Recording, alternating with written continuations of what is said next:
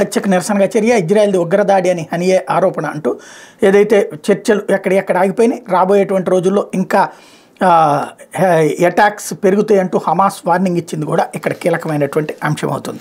ఇకపోతే నెల రోజులు ప్రభుత్వ ఆసుపత్రిలో సేవలు చేయండి, హైకోర్టును ఆశ్రయించిన ఎస్ఐ అభ్యర్థులకు ధర్మాసనం ఆదేశం. ఎత్తు విషయంలో హైకోర్టును తప్పుదోవ పట్టించి వ్యవహరించిన ఎస్ఐ అభ్యర్థులకు హైకోర్టు ఆసక్తికర శిక్ష విధించింది. నెల రోజుల పాటు ప్రభుత్వ ఆసుపత్రుల్లో సేవలు అందించాలని ఆదేశించింది. అనంతరం సంబంధిత ఆసుపత్రి నుంచి ధృవపత్రం తీసుకొచ్చి రిజిస్ట్రార్ జ్యుడిషియల్కి అందజేయాలని పేర్కొంది. వ్యవహారమై పూర్తి వివరాలతో ఉత్తర్వులిస్తామని హైకోర్టు న్యాయమూర్తి justice G Narender, justice N విజయ్తో కూడిన ధర్మాసనం బుధవారం ఈ మేరకు స్పష్టం చేసింది.